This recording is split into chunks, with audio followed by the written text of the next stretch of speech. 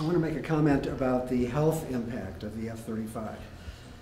What matters is not what I or any individual think about the noise of the F-35. What matters is what scientific studies show us about the measurable long-term effects on neighborhoods and people, and that includes the health impact. Starting with the DEIS, we learned that 78% of the housing units in Winooski will be made incompatible with residential use by FAA standards.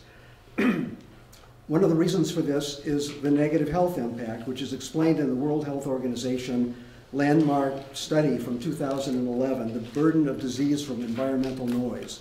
It tells us there is no longer any serious scientific debate or doubt about the need to reduce and not increase exposure to 65 DNL noise pollution.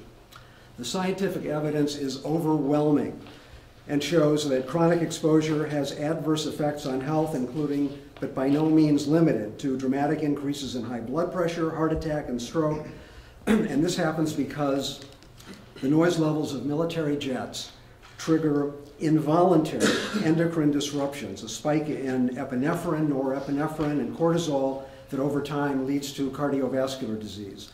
In addition, the WHO has found that 50% of children in the 65 DNL noise zone will suffer cognitive impairment. 50%.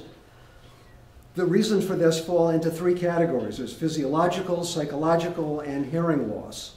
I want to comment on the hearing loss in young children. According to a study by the National Institute of Public Health in Denmark, hearing loss impact is far greater and occurs at a lower threshold in infants and young children than in adults. So the standards need to be different. The study shows that noise levels equivalent to those produced by the F-35 damage or destroy cells in the hearing mechanism of young children who are directly exposed, and the resulting loss affects subsequent brain development.